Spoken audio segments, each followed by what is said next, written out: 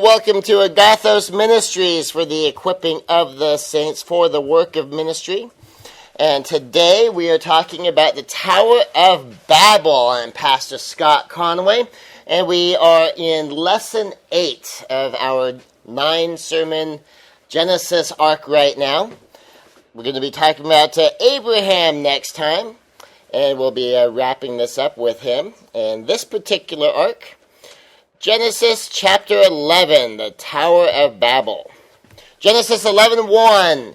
Now the whole earth used the same language and the same words.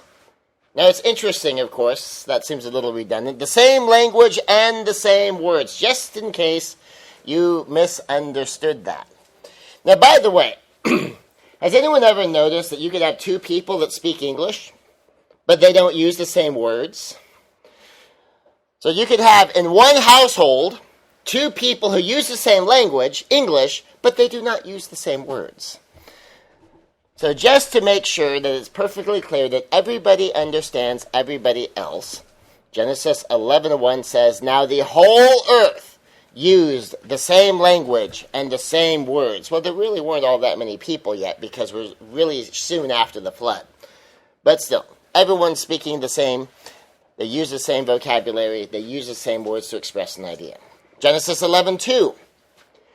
It came about as they journeyed east that they found a plain in the land of Shinar and settled there.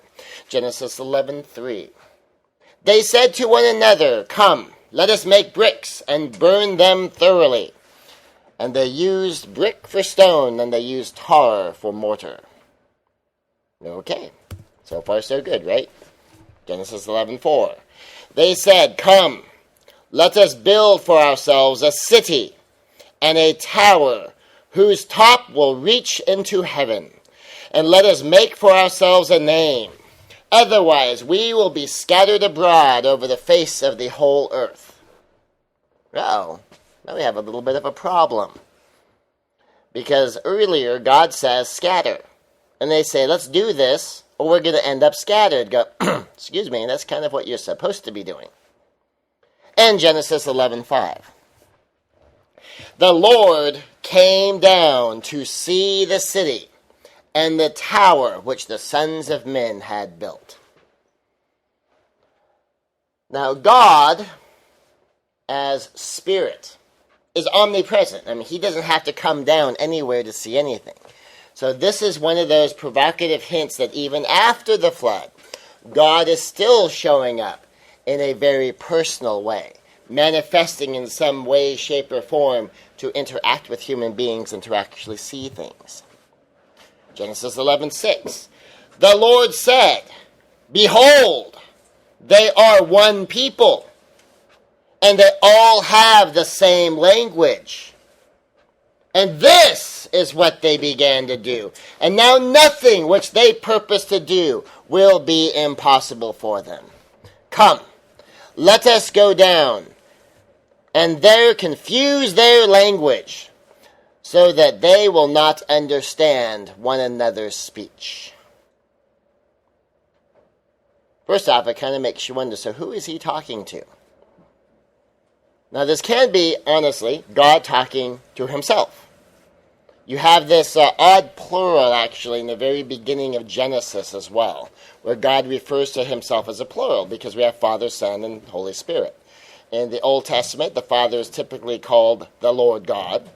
The Son is typically called the angel of the Lord, and the Spirit is called the Spirit of the Lord. But it's the same Trinity. And so God can be speaking amongst himself as a plural, as a plurality. But he could also be speaking to a couple of angels. Because remember later on, when he comes down to chat with Abraham, it's the angel of the Lord, it's God, but then it's also a couple of angels, and those two angels head off to Sodom, go hook up with Lot. So we don't know exactly who the Lord is talking to here. Verse 8. So the Lord scattered them abroad from there over the face of the whole earth, and they stopped building the city. One assumes that actually probably went in the other direction, that they didn't wait until after they were scattered before they stopped building the city. Probably stopped building the city and then scattered. But in any event, the city is not being built. People are scattering. That's the important point here.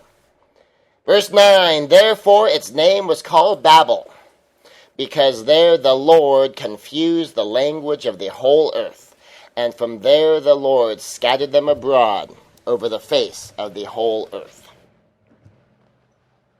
All right, there's a lot of stuff in here. To lay a little bit of a foundation, you have something called a proto-language. A proto-language is an old language from which other languages evolved.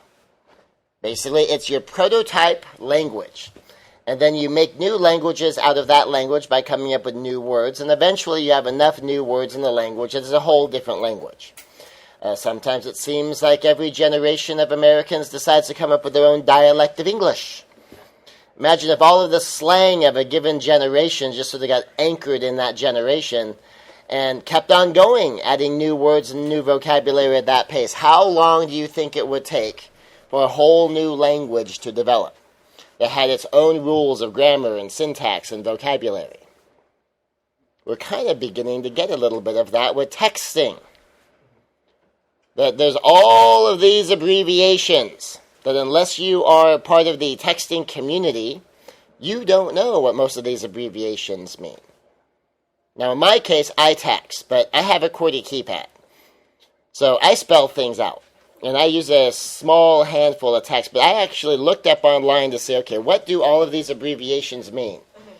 And I thought, oh my goodness, I need to take a college course in it, in the language of texting, to be able to follow all of that. A lot of English instructors are running into a problem of text spelling.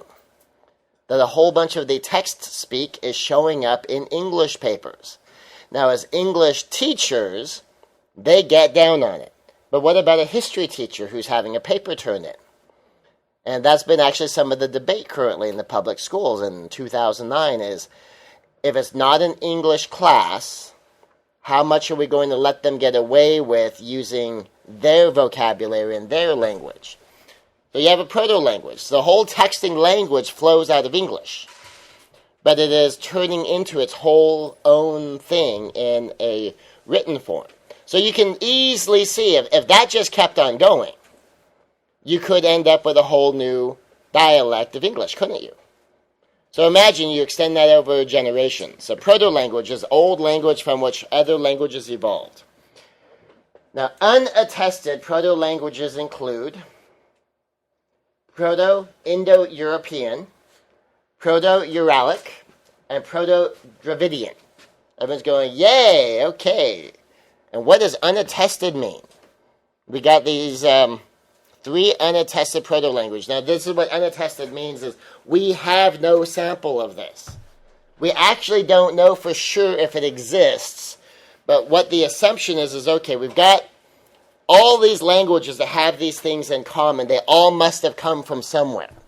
But the somewhere they, quote-unquote, must have come from, we have no example of that language. We have no written sample. We have no ongoing verbal tradition. We can't prove that it existed. We can only logically infer that it existed.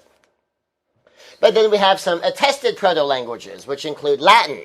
We have plenty of Latin. And Latin ends up being a proto-language for a whole bunch of Latin-based languages.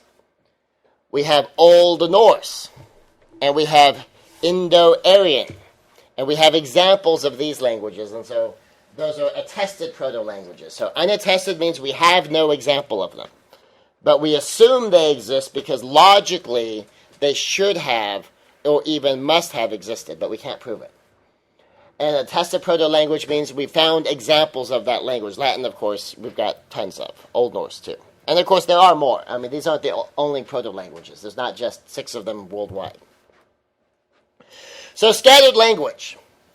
By clustering in just 10 languages through the people, God could virtually eliminate the ability to communicate.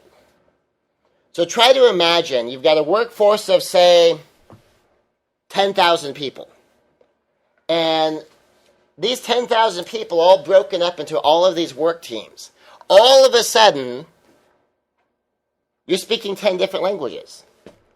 Any given 1,000 can't understand anything the other 9,000 are saying. What's that going to do to a work project if there's no translation available? You can imagine. I mean, how hard is it to get things done with everybody speaking English, trying to give instructions in English, having things in manual in English, having standard practices, having long-standing tradition, having the quote-unquote logic of the given culture be as obvious as it should be in the given culture, and we still have trouble communicating. How hard is it going to be to figure that out if you don't even speak the same language as 90% of the workforce? In fact, has anyone ever worked with someone where English is their second language?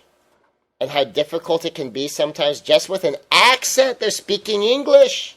A little bit broken, a little bit thick on the accent, and how hard it is to communicate. But at least you're speaking English. Now consider the 3,000 character Mandarin alphabet. So even if you want to translate, it says, okay, I will write it down for you. 3,000 characters in their alphabet.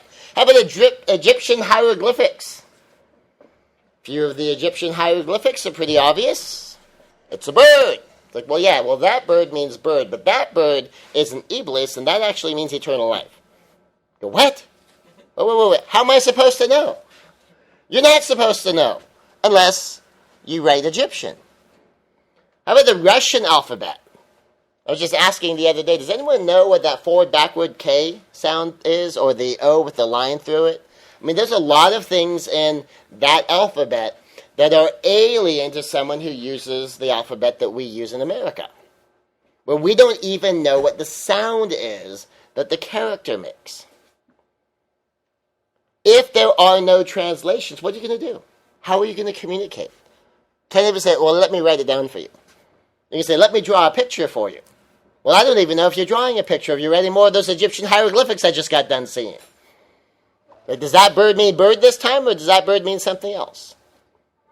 Oh, you made a cross. Oh, you made a cross with a looping handle on top. Okay, now what does that one mean? Now what are we talking about? So if God gave them 10 languages, about 10% of the population would collect into each language group.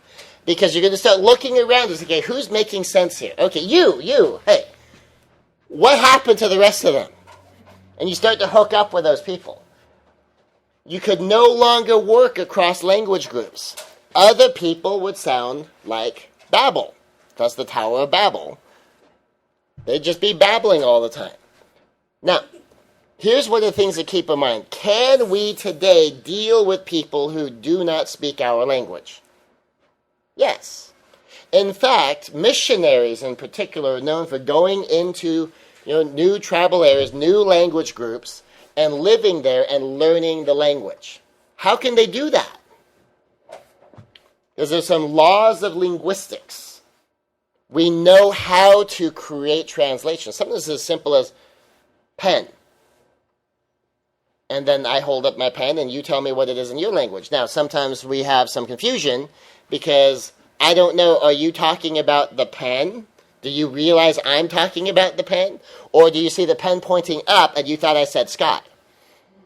And so it can be a little bit interesting sometimes trying to get a translation if you have no cultural framework to work from. Or here's one I was talking to the other day. There is hand. Okay. Then I go hand and I point at my palm and I say hand. But your language doesn't call what we call the hand a particular thing. It says palm, finger, forearm, and it doesn't have a word for hand, it only has a word for palm. So now I think I've got hand down, but then later on we're talking about hand, and you say a different word, because now you think I'm talking about the finger. Or if you're dealing with the Hebrew dialect, or Greek, for them hand was the forearm down. They didn't have a separate word for the wrist down. So when it says Jesus was nailed through the hand, in the European dialects, we think hand, we have hand from wrist down. So we think, well, therefore, the nail must have gone through his palm. But that's not the way they crucified people. They crucified them through the forearm, so that the bones of the forearm basically hook you up on the cross. Because you just put it through the hand, and the hand bears any weight, it's just going to rip out of the nail. And so they would do it through the forms. You see, the Bible's wrong. Except the word for hand meant from the elbow down. That was what hand means. So imagine you going, hand. And they're pointing at the forearm going, hand, in their language. And you go, forearm. And you go, okay, is it hand or forearm in your language? What are you talking about? Because there's no translation skills back here, though. I mean, we can pull that off today, and you can see how confusing it is. We know what we're doing. Translation did not exist. Why? Because the whole world spoke that one language, the whole world used the same words. Now, all of a sudden, the whole world is speaking different languages, and the whole world is using different words. So you go, okay, now what's going on? And there's no skill at translation. They have no frame of reference to even begin to figure out what it is they need to do. Now, some commentators, and by the way, just so you know, I tend to agree with them, think that God scattered the languages into 72 groups. In chapter 10, the list of families totals 72 families down the line. And at the end it says, 10:32, these are the families of the sons of Noah, after their generations, in their nations. And by these were the nations divided in the earth after the flood. So 72 languages. Now, we were already thinking about how confusing it would be to have 10 language groups. What do you do if you have 72 completely different proto-languages going on here? With different vocabulary, different writing. Some of them may not even have writing. In fact, imagine if God scatters 72 verbal languages, but he only lets, 12 of them have writing. So only 12 of them can write anything down. The other 60 can only speak. They're going to have to develop their writing if they want to write anything down. You can imagine. There's not going to be a lot of work going on. So does anyone work in a place with up to 72 people? So try to imagine 72 people, and not one of them speaks the same language. What's going to get done? Even in your workplace, what if you work with 5 people, and all 5 people speak a different language? What's going to get done? 72 languages? Now, tradition says that Eber got to keep the original language because, according to the tradition, now this is a tradition because the Bible itself is silent on this one, Eber did not participate in the building of the tower. That's the tradition. If dividing into 10 groups were to stop construction, dividing humankind into 72 distinct groups would not only stop construction, it would practically necessitate breaking away from one another just to find a place where each language group and racial group could expand. Try to think about that just from a logistics perspective. We'll, to make our math easier, we'll say that there were 7,200 people at this time. Because it hasn't been that much time. We'll get into how much time it's been in a moment. And 100 people speak your language. So you got 72 different language groups. So first off, you need to go find your 99 people that speak the language with you. So you find your 99 people. So the 100 of you are sitting around talking, trying to figure out what happened to all of those other people. We're fine. They might not have realized that they're speaking a different language. It seemed to everybody that everyone else got messed up. But in any event, they know, okay, we can't understand 71 out of 72 people here. How are we going to buy stuff? How are we going to sell stuff? I mean, we can't even go to the store and buy anything. We don't even know what they're calling money anymore. So imagine if for us, we're still using dollars, but they're using lira. And you go, okay, you need lira. I don't even know what a lira is. You're holding up the thing and say, lira, lira, and you're holding up fingers. Okay, 3 lira things. Okay, fine. So you figure it out. You make a bargain with them. Then you go over here. These people want yen. Those people want rubles. You go, okay, this is not going to work. Okay, we just need to head off somewhere where we can grow our own food. We need to build our own town somewhere with people that we can actually understand, and we're going to need to sort this all out and start our own civilization because we can't communicate with these people. They don't make any sense. Meanwhile, the tribe next to them are going, we can't communicate with those people. They're not making any sense because nobody's making sense to anybody. So the people collected in their individual language groups and scattered. I mean, that would be the logical thing to do, right? You take your 100 people that all speak your language, and you head off somewhere where you can all speak your language together. And you can start to try to build a society based upon your ability to communicate. Egyptian culture seemingly sprang up with little development time. If you study Egyptian history, a lot of the historians are hard-pressed to kind of find the evolution of Egypt. That they can find a few things here and there where it looks like, okay, well, it could have started here, could have started there, but you really kind of, as far as historical development goes, kind of have this, boom, Egypt. Sumerian culture is kind of the same thing. We have a couple of towns here, a couple of towns there. You can kind of see a little bit of development, but for the most part, the Sumerians just, boom, here they are. The Babylonians, same thing, just boom, here they are. That in the vast historical development that normally occurs over a long period of time as a society slowly advances and figures things out, you have a handful of cultures that just, boom, here they are. In China, Jiazhu culture arose, evidently with enough understanding. This is supposed to be one of the very oldest Chinese cultures. So this should be kind of the Chinese sort of slowly developing over time, eventually coming to all of their different tribal states, eventually to be unified by the Qin Emperor and ultimately taken over by the Han Emperor.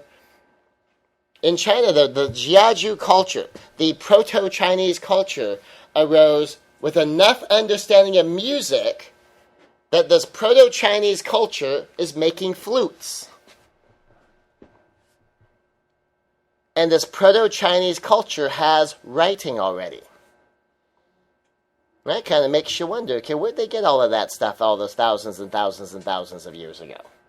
How'd they figure that out?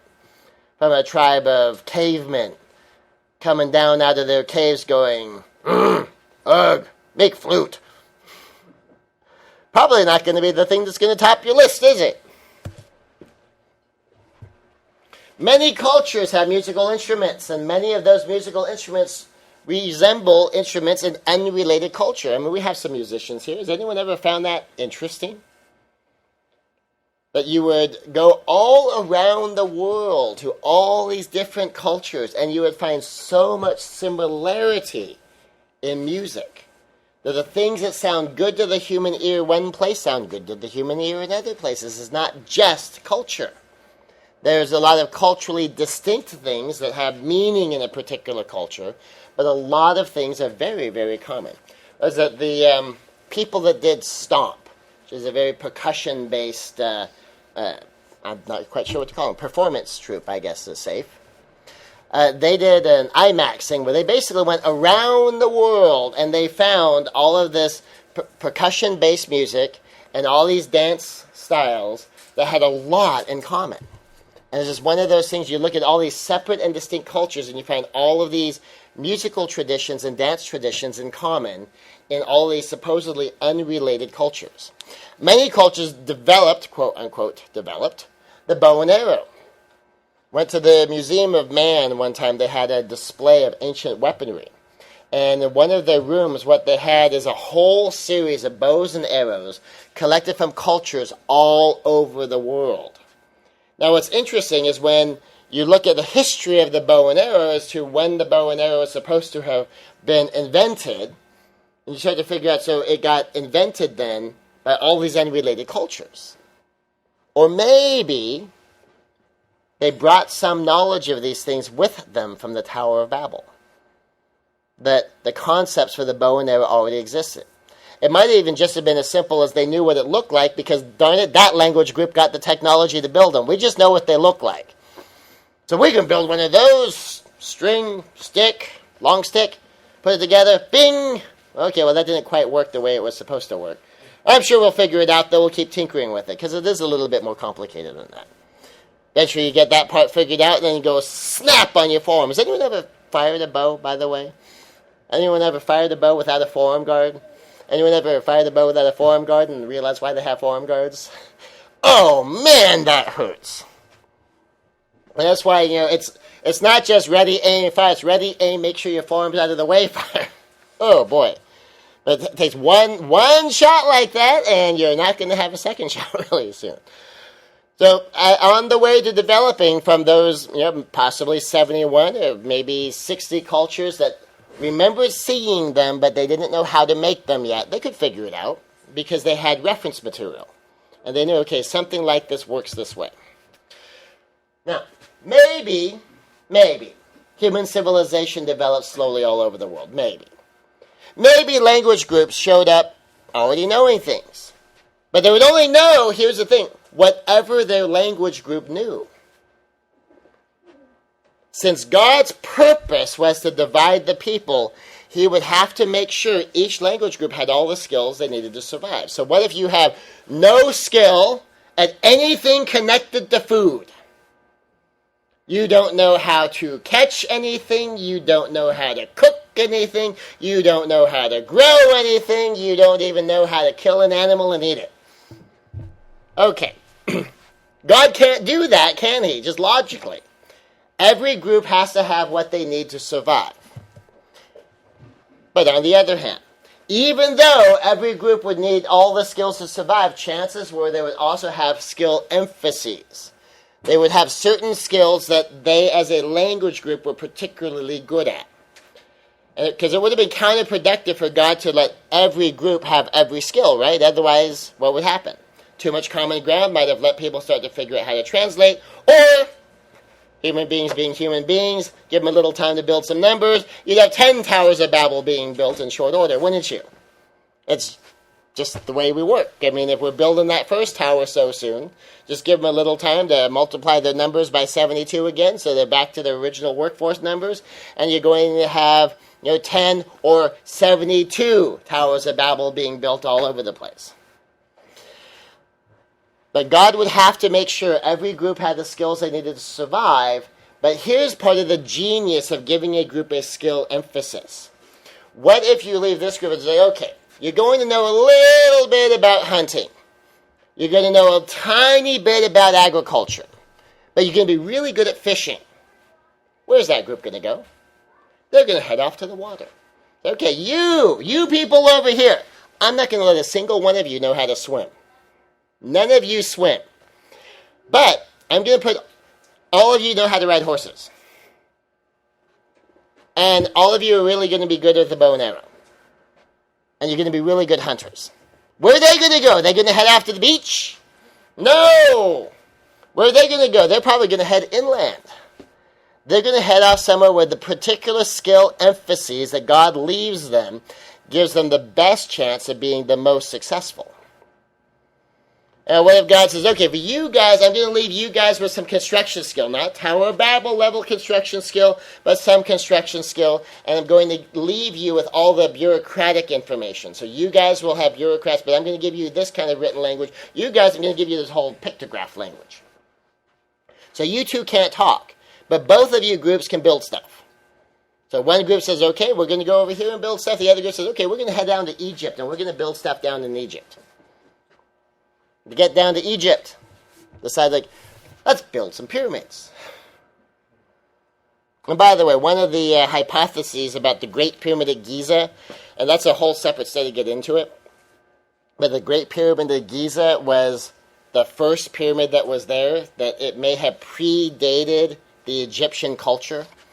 So the Egyptians might have shown up and go, whoa, check that out. Well, that's pretty cool. We could probably make one of those. Hey, Joe, go get some rocks. Let's start putting this together. Wonder if we could make it that big. Let's start small. Can you imagine them sitting around here wonder what's in there?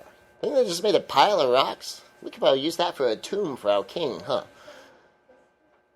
Kind of interesting to think. Someone had to think of that first. So what was the tower? Oh, by the way, does the whole scattering thing of the logistics of getting people to scatter make sense to everyone? So if you give people particular skill sets, then they will go somewhere where that skill set can happen. So if I just poof, the 5 of you are going to be brilliant at accounting. What are you going to do? Go find some place you can do some accounting, right?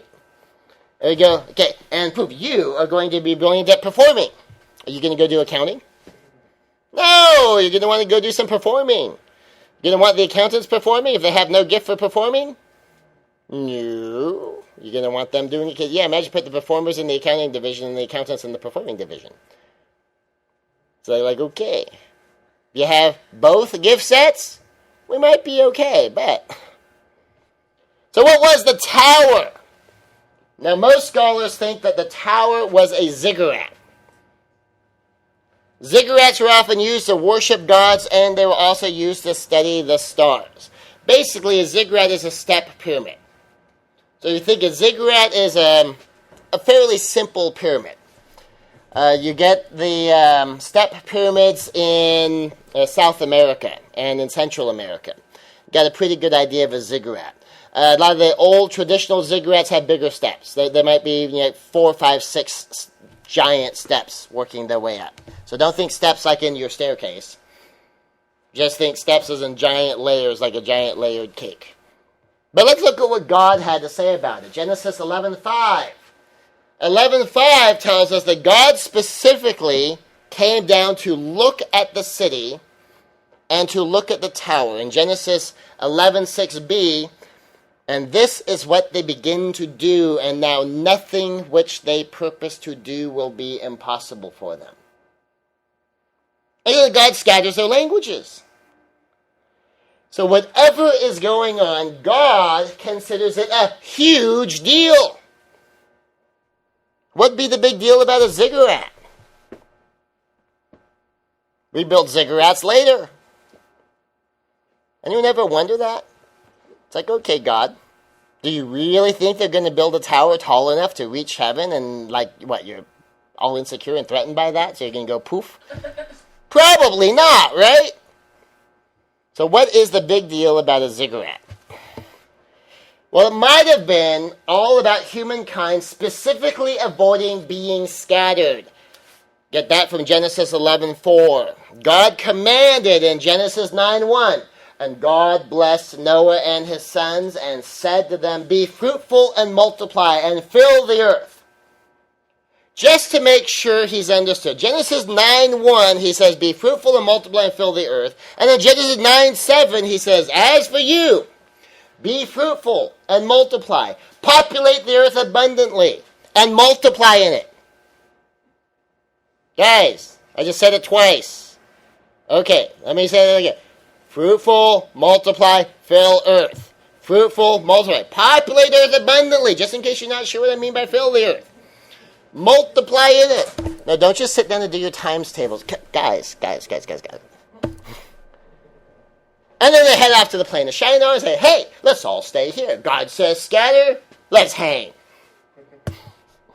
So God says scatter. People say, no scatter. God says, language is confused. People scatter. You know, sometimes it's just easier if you don't argue with God in the first place. But God confusing the language is an elegant plan to get people to split into groups and start new civilizations, isn't it? Does he have to hurt anybody? I mean, think about it. However long this is after the flood, people have got to still be hearing those stories, right? You're probably going to grow up and be hearing the story about how, God wiped out the entire civilization that existed just not too long ago because they rebelled against God. God says scatter, let's stay right here. Yeah. And when some of you kind of grow up going, I'm not 100% sure that's a good idea because, no, he said he's not doing it again. No, I talked to Uncle Noah, and Uncle Noah says there won't be a flood again. I can kind of think of a few extra ways God could do this that don't involve water. But whatever it is, here they go. They don't scatter. And so God, without having to hurt anybody, nobody dies, nobody gets drowned, no fire from heaven, nothing, just poof, you guys can't talk. And before God says, poof, you guys can't talk, he says nothing will be impossible for them. Is that interesting? You could dwell on that one for a while, couldn't you?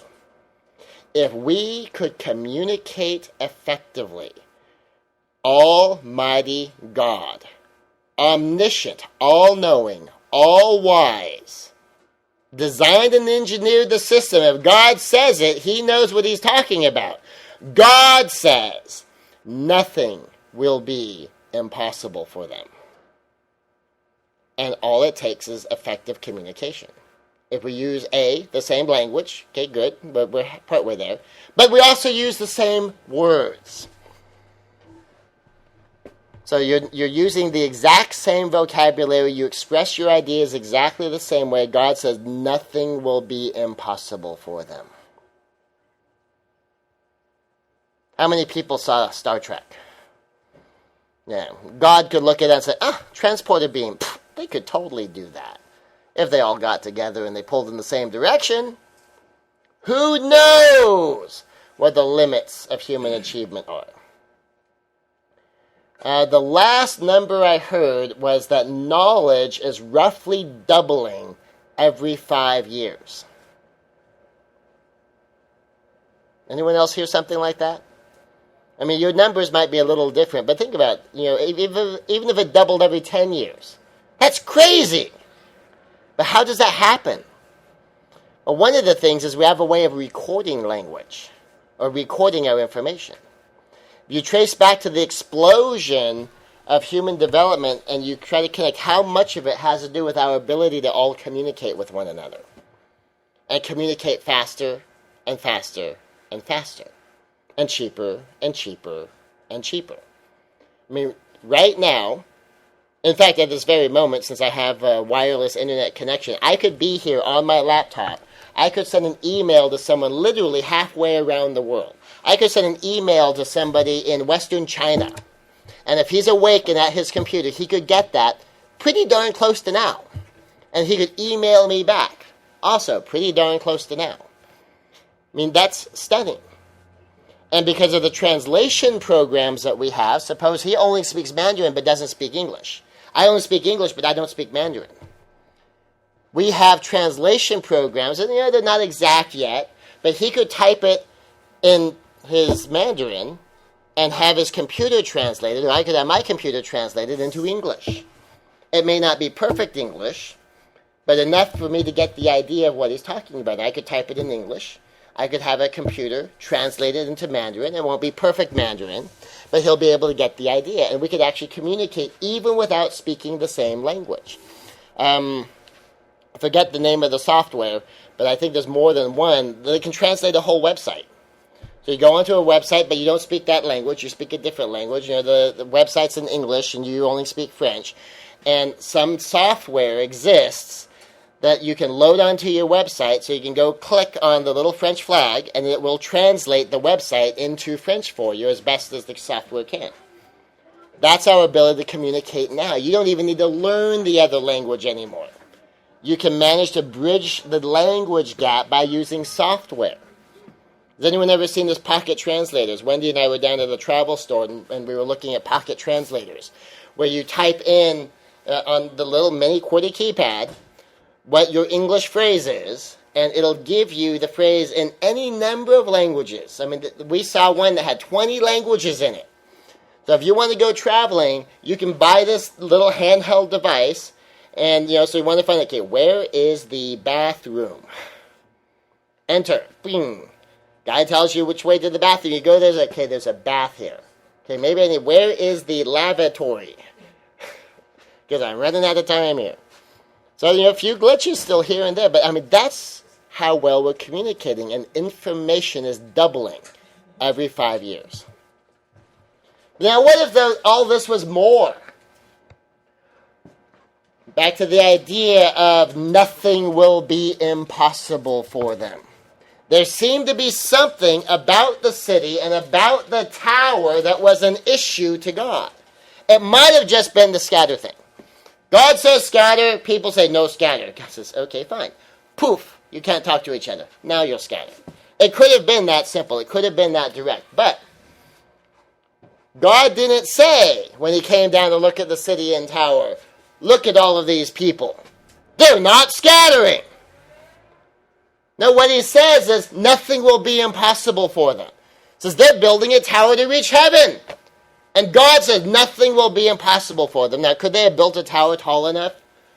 No, they're going to get a certain level. The air starts to get thin. They're not going to find, God's house up at the top of the cloud. That's not how it works. We know that's not how it works. God didn't say the issue was they're not scattering. It didn't say that God came down to look at the city and the tower and say, look at this. They are gathering in one place. Well, we will confuse their languages so that they will scatter.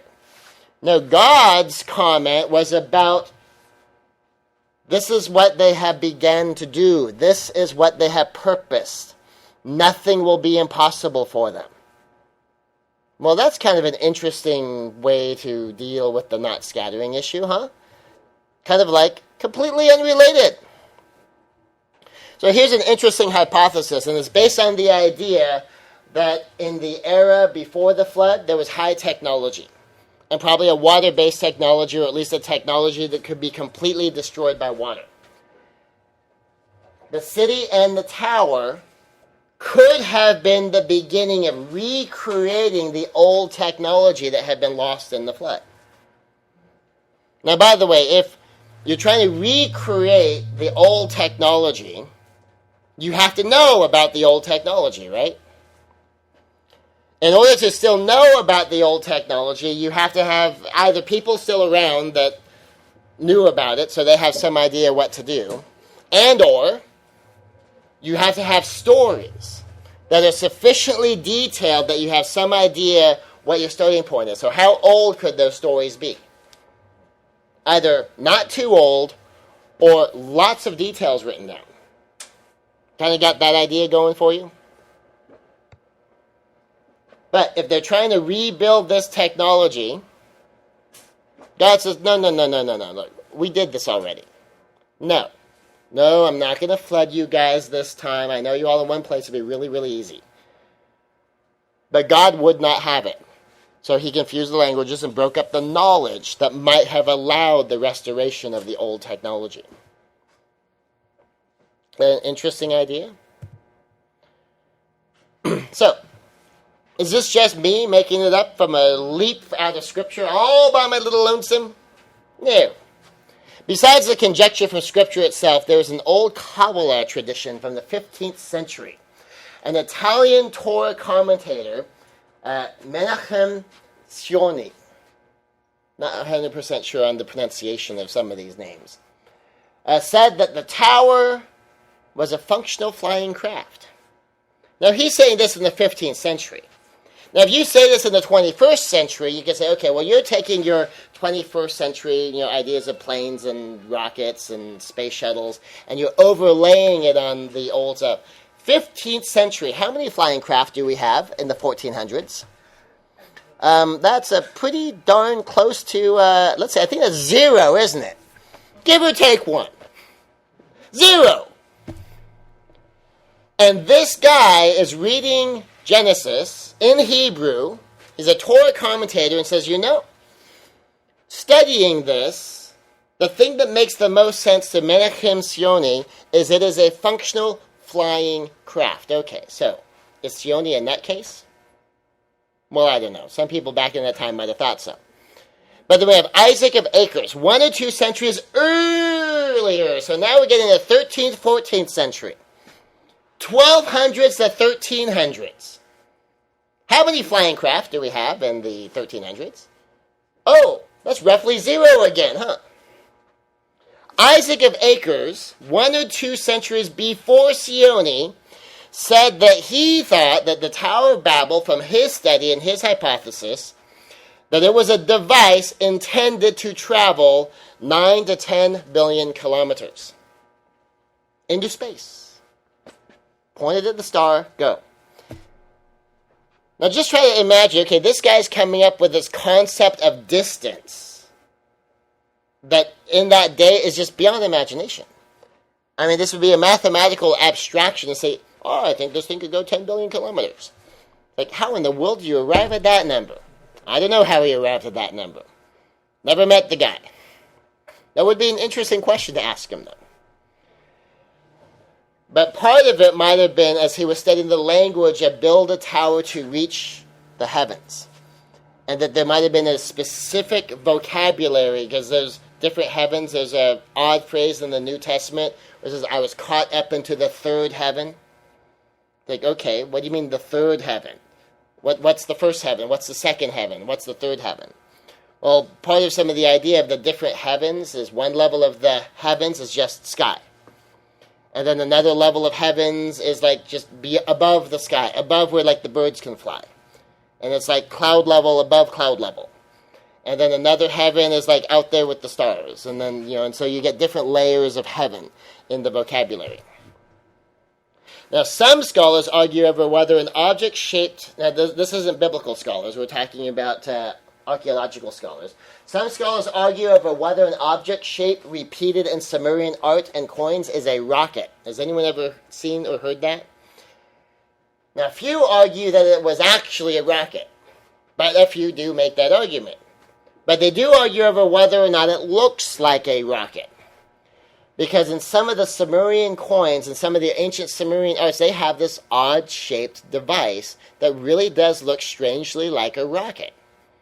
Now, here's one of the things. Why would it look like a rocket to us? Because we have rockets.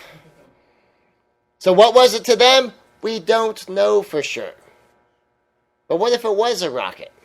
Whether they ever got one off the ground or not, I mean, who knows? But there are some people who deal in this idea that the ancient civilizations knew stuff that we can't even imagine they knew.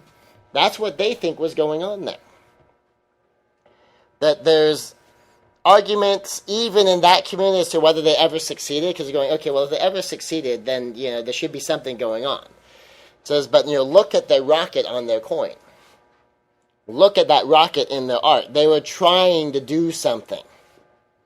Whether they succeeded or not is argued even in that community. I don't think very many people think they actually were building rockets. But they had an idea of one.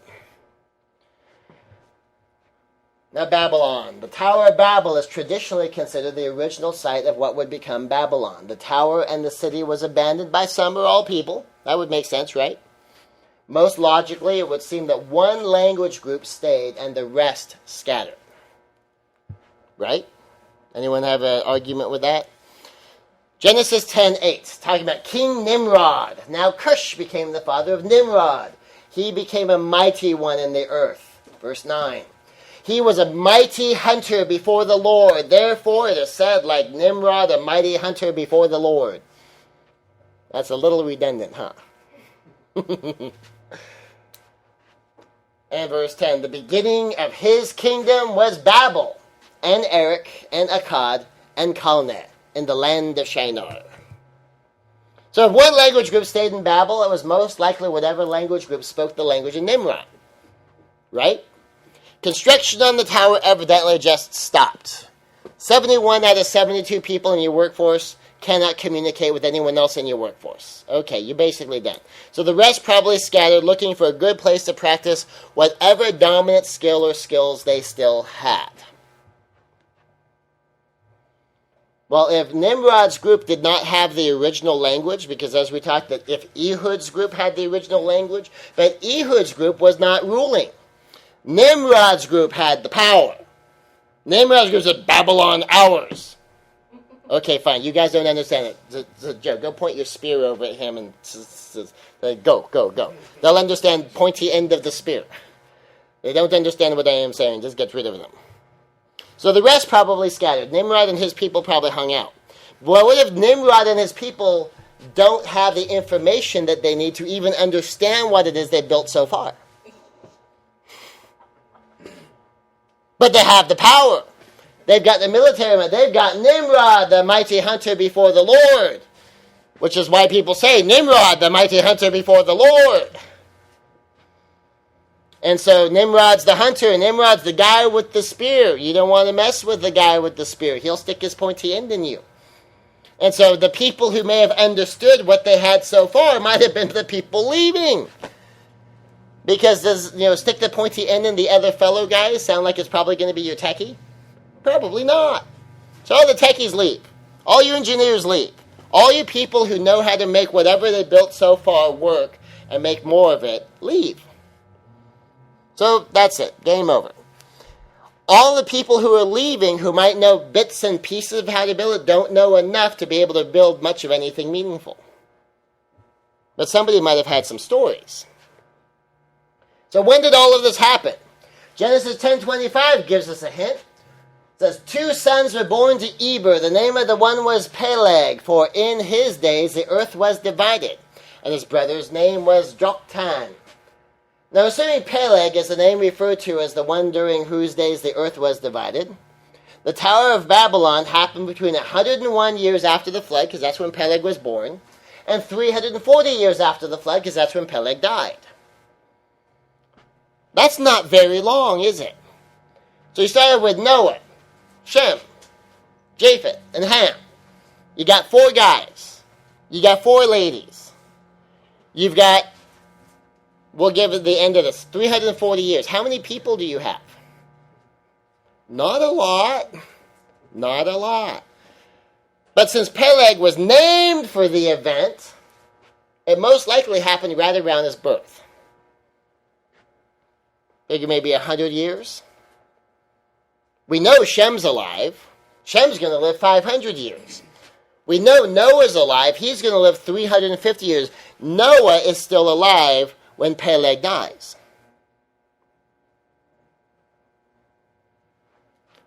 So 100 years after the flood, we might have all 8 people from before the flood are still around. And that all 8 people from before the flood know what it was like before the flood. They might have been telling stories. Now, assuming that Noah and his sons understand some of the implications, God said scatter. God said, okay, they're not scattering. Why aren't they scattering? I can imagine, Shem and Noah sticking around and saying, Dad, maybe we shouldn't have told them all those stories about that technology. Building on that concept, has anyone ever heard some stories, maybe about your parents' youth, that might have been more helpful for you to not know? Specifically because you find yourself duplicating it? Now, I would say one particular father I know, except there's more than one. And it's not just the fathers, it's the mothers too. But I'll cite this one particular one. One particular father I know speaks very, very fondly about how hysterical he thinks it was, how he and one of his brothers used to completely torture another one of his brothers, and that these 3 brothers' relationship deteriorated so much that even with tons of money at stake, I mean, we're talking $50,000, $100,000 at stake, one of the brothers said, look, I am not even dealing with you guys. Keep the money. I don't care. I'm out of here. And the one thing it took to get him back in relationship with one of his brothers? I'm broke. I need money. Apart from his need for more money because he couldn't support his family, he wanted nothing to do with his brother. Another brother who was in business with his brother because of Dad, so despised his brother, could not get along, that he left, gave up his income, gave up his job, joined the military, and last I heard he's off to Afghanistan. Okay. Close, tight-knit relationship, kind of family you want to have. You think, yeah, that's what I want. I want to grow up, and I want to have that kind of animosity with my siblings. That's my goal. That's my target. Well, here's the thing, is the father has shared with his children the secret of destroying relationships. Of how much fun we had just torturing him. By the way, guess what his sons have started doing? Torturing one another.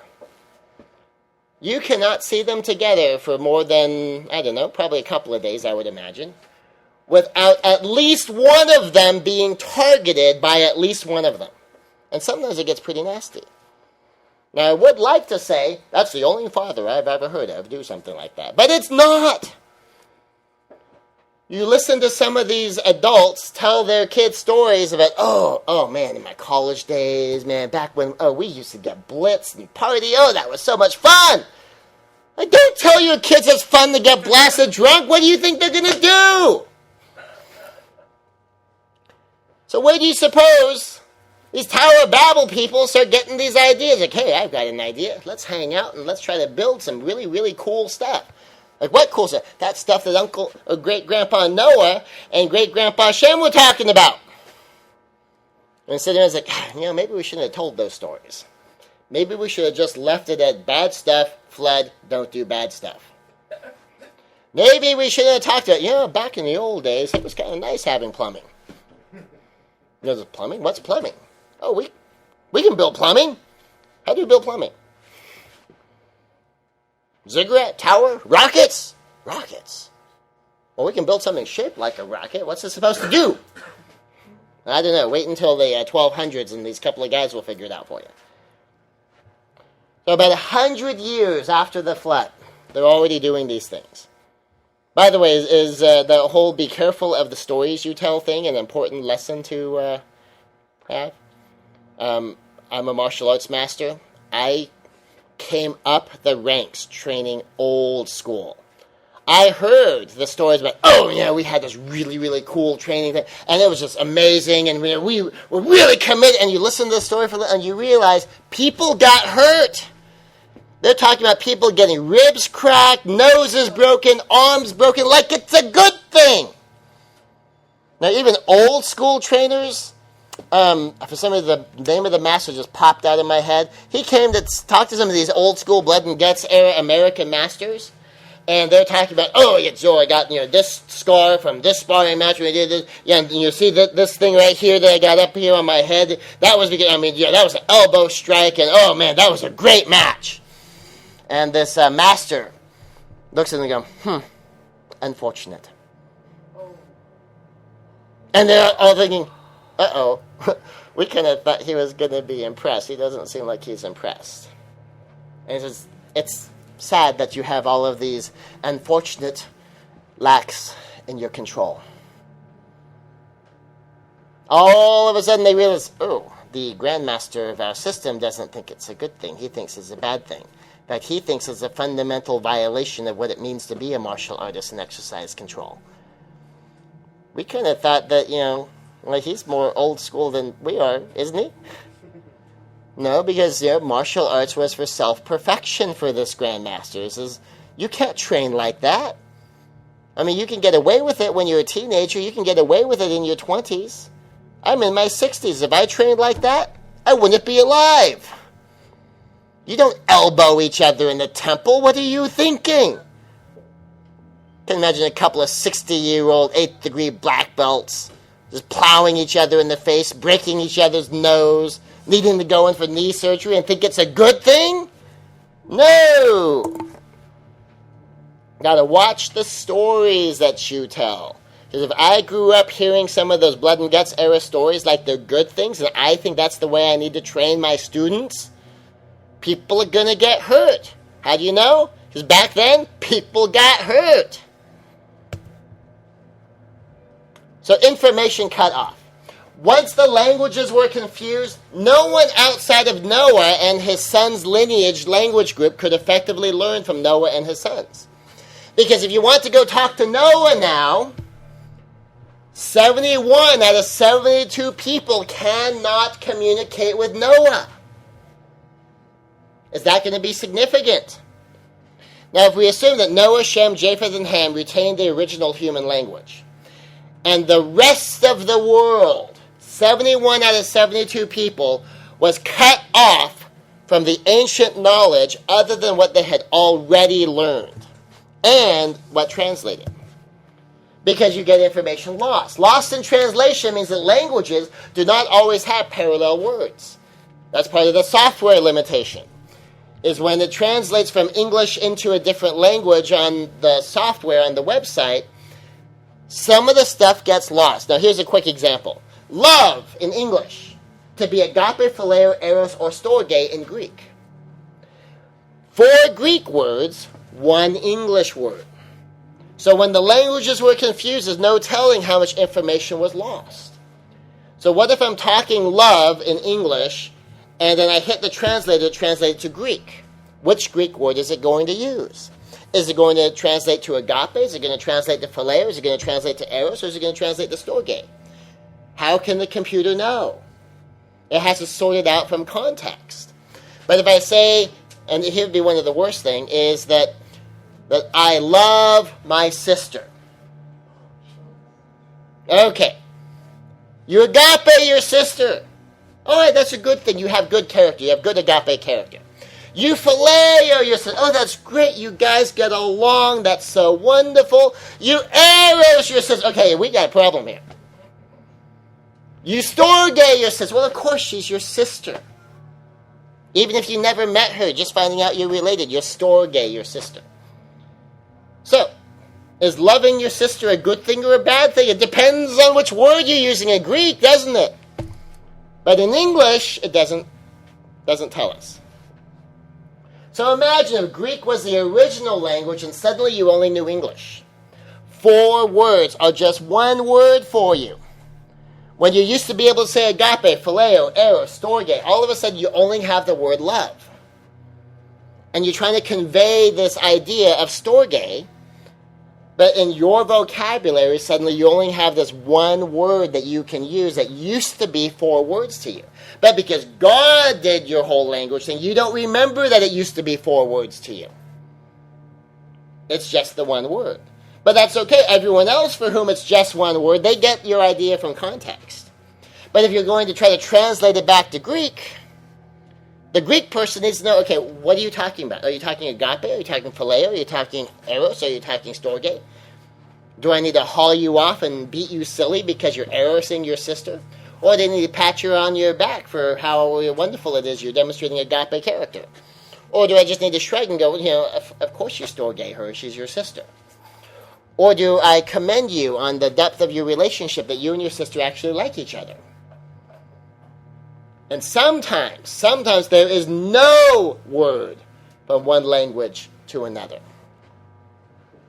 The concept of burnout. They were doing a study in some other semi-industrialized nations, and they were finding out that in America and in some European countries, a lot of people are burning out in their career.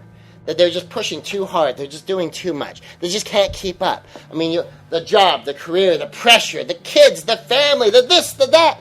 I can't take it anymore, and they burn out. But in these other countries, there's more pressure at work. There's bigger families to have more family pressure, and more, but they don't burn out. And they went to try to figure out, why don't they burn out?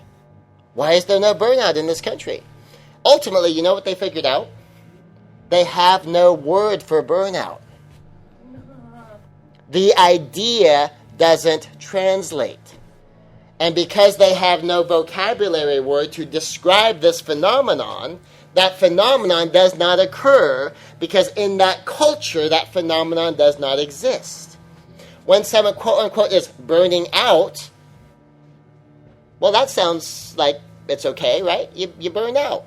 You had a candle. You used up your wick. You're done. You burned out. Over there, they have no concept for that. If someone's quote unquote suffering burnout, they say, you're just being lazy. Be a man. Get back to work. You got a job to do. They have no concept for that. It's irresponsible to them. The closest they have to it is, well, you're just being lazy.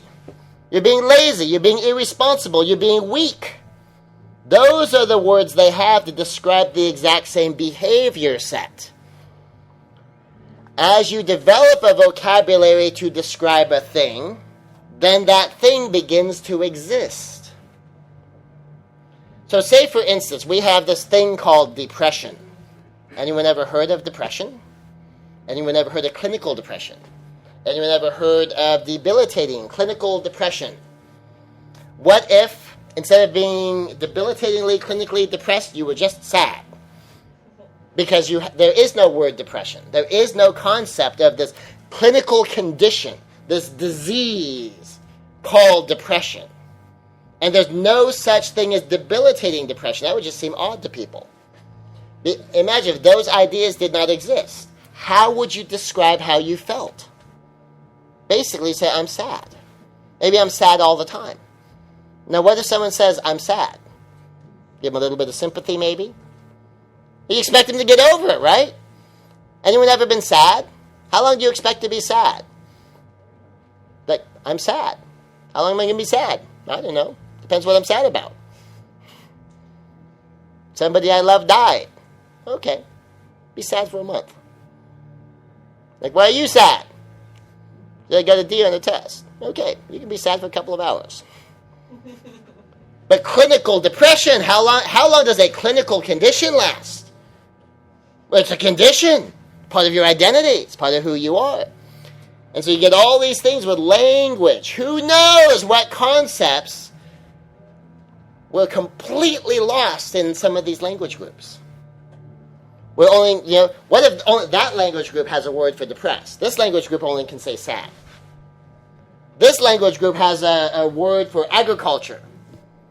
This group has no word agriculture. They have no idea what agriculture is. They know that you can plant seeds, and then what? I don't know. See if something grows? And so you get all these vocabulary issues where vocabulary drives concept in a culture. If you have no concept, it's difficult to have the thing exist. Once you have a vocabulary, now that thing can exist to you.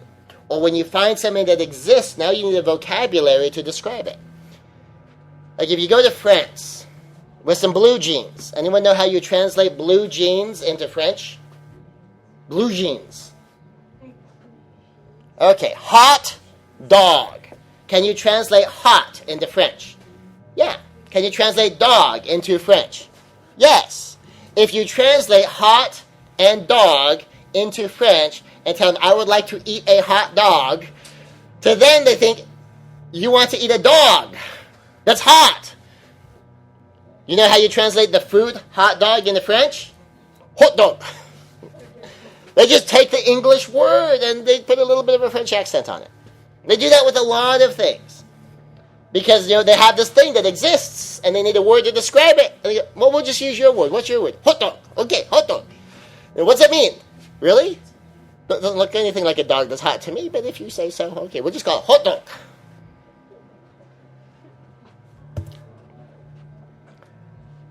Okay, to wrap up here, to remember, the truth would still be around, though, right? The truth, though, would be left in one line and one line only. The original language line, presumably Noah, his sons, and a limited line of descent, would still have access to the truth.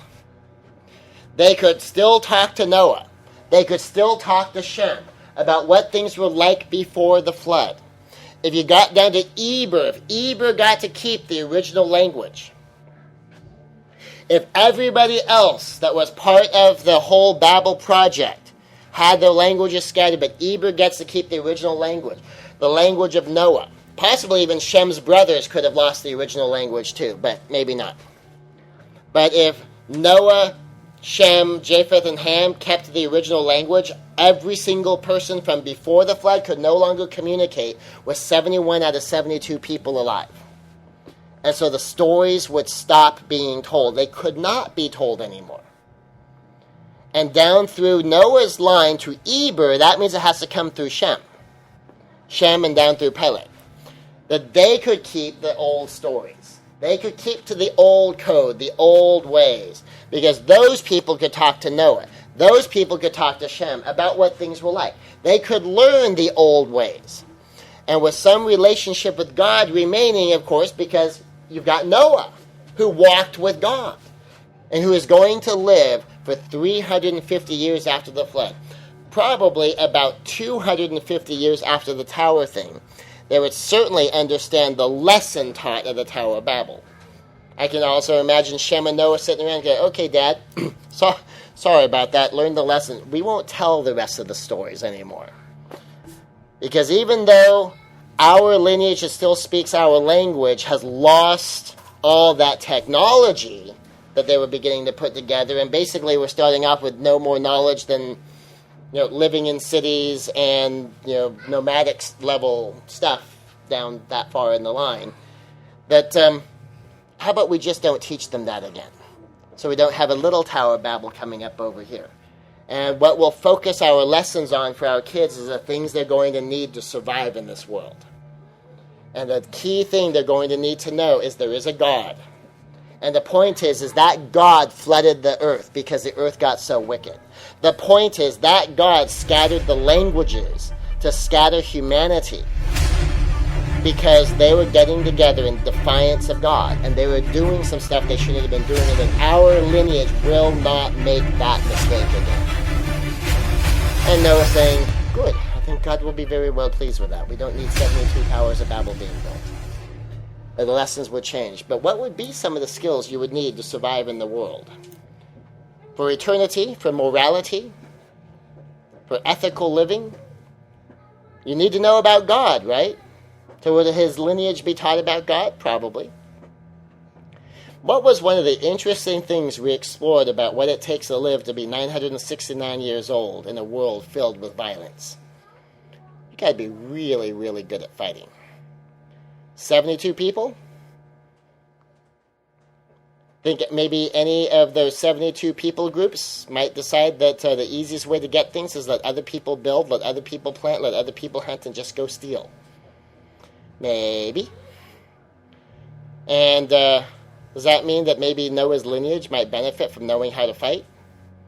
Maybe. But that's one of the things we will explore next time when we talk about Abraham. Father God, we praise you and we honor and we glorify you as King of Kings and Lord of Lords, Master and Maker. We worship you, Lord. As we learn, as we understand, as we learn the lesson of telling stories of our own youth and how we tell those stories, as we learn lessons of language, we learn lessons of effective communication, we learn lessons of just what might be possible for us. There's all sorts of things just packed in here, Lord, to think about, to ponder, to consider.